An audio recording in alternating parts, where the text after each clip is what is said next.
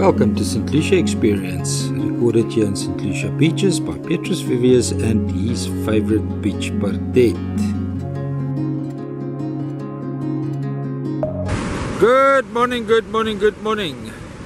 Yes, it's Petrus and Pardette with your early morning beach walk. And there's Pardette. Where's Pardette? Hey, where are you? Ah, there you are. What a beautiful sunrise here at St Lucia Estuary mouth. And we've picked up breakfast. Pardette's allergic to my breakfast, but that doesn't bother me. I'll get her some chicken livers. Look at the digging of the ocean here at the estuary mouth to the northern side. Terrible. Look at the ocean-borne sediment that's washed in here on neap tide. Now that spring tide low, we can see the build-up of the ocean-borne sediment. And the minister is dragging her feet. She hasn't got anything in place yet to manage this. Because there's so many people that believe that nature will solve this problem. Nature won't, people. It is just becoming worse and worse. If you don't believe it, come and walk here every day and see the degradation of the system on a daily basis. I get so upset if the people call me an idiot for saying the estuary mouth is busy closing. It will be closed by July this year if we don't intervene, and we won't get it open for the next summer. We can see on a daily basis how much the sediment is building up here. Even with the strong outflow, even with a lot of water that the scientists told us, we need a lot of water inland to keep the estuary mouth open. We now know it's bullshit. The minister must now come to the party and stop dragging her feet. We're losing the system permanently. This is going to be a permanent loss, and it's going to be on Barbara Greasy's watch. Bird life here in the morning is absolutely exquisite. I can't believe there's not more people here early in the morning to enjoy the bird life. Oh, he's flying too low for me to catch him. There you go.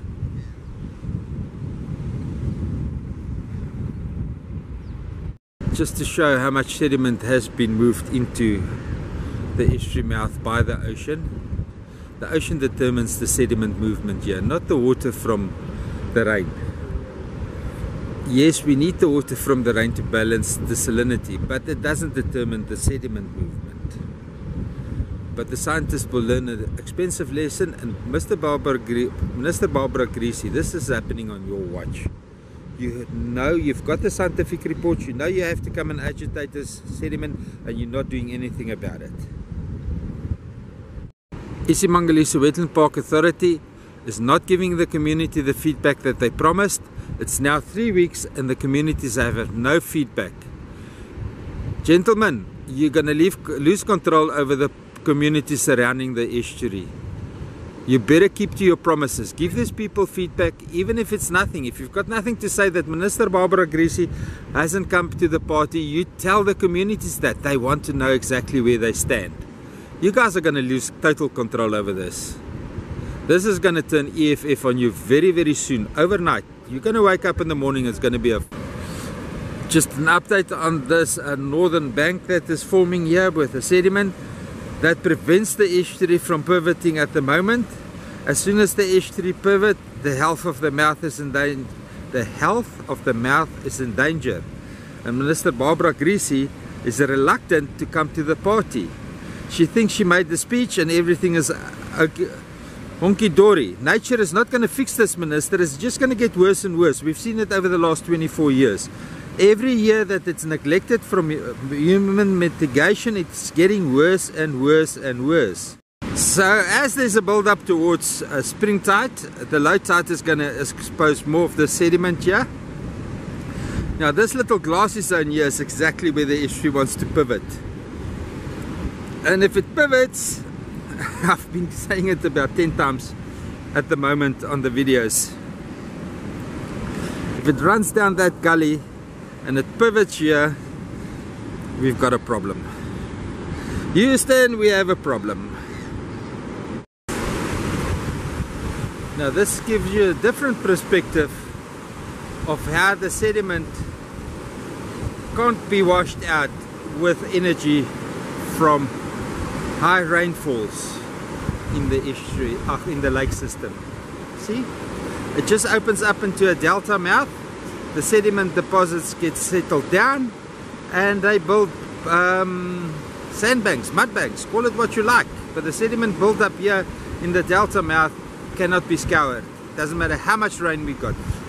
We are now 2.2 meters above high tide in the northern regions of the lake. And look here, even low tide keeps the outflow of the estuary at bay. Look, I'm serious.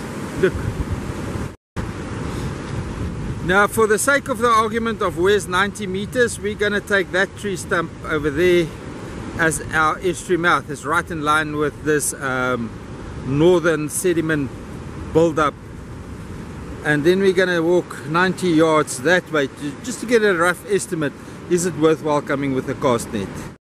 Yes, we're right here on the 90 meter mark, and I'm not going to call it 90 meters yet.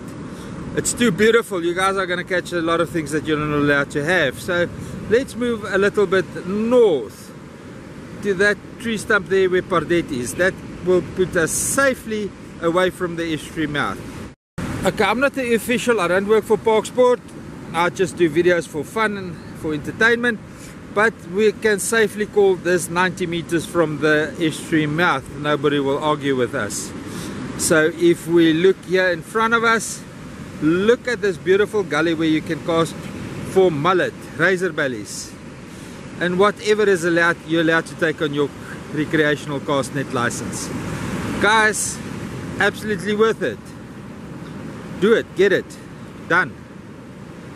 As Pardette, kyk waar's ek. Kom hardloop 'n bietjie. Kom. Daar sê man, wees 'n bietjie bly dat ons op die strand is. Kyk hoe pragtig is dit hierso. Hè? Wat jy so down and out vanoggend? Wat jy so down and out? Wil jy 'n bietjie lewertjies vir breakfast hê? Hæ? Wat sê jy, Yuri, met Pardette lewertjies kry vir breakfast? Ja, sy wil lewertjies hê vir breakfast. About 200 meters south of the boardwalk entrance. And look at this beautiful gully for a cast net. Absolutely fantastic. Wow. And high tide fishing, must be some yellowfin bream here. Look at that birds feeding on in the distance. I'm gonna see now what I can see what they're feeding on. Waar's Pardette? Gaan Pardette 'n bietjie swem vanoggend nie? Waar's jy? Kom swem 'n bietjie, pappa. Kom swem 'n bietjie vir pappa. Ja man. Ja. Speel, speel, speel. Daar sê, ja. Ja, pappa. Kom. Kom water toe, kom. Kom in die water. Jy kan maar ingaan. Hier's krokodille nie. Is dit koud? Gaan in. Look at that beautiful colors there in the waves. It is green. The northeaster is blowing all the dirty past towards Richards Bay. Look at these beautiful colors. No reason not to fish, guys. No reason whatsoever not to fish. And the way the birds are feeding there behind the back line, we should have been here with 9-foot rods casting our lures for snook. We would have been getting snook. I know we would. Just check out this beautiful watercolors. Wow. Incredible, incredible, incredible.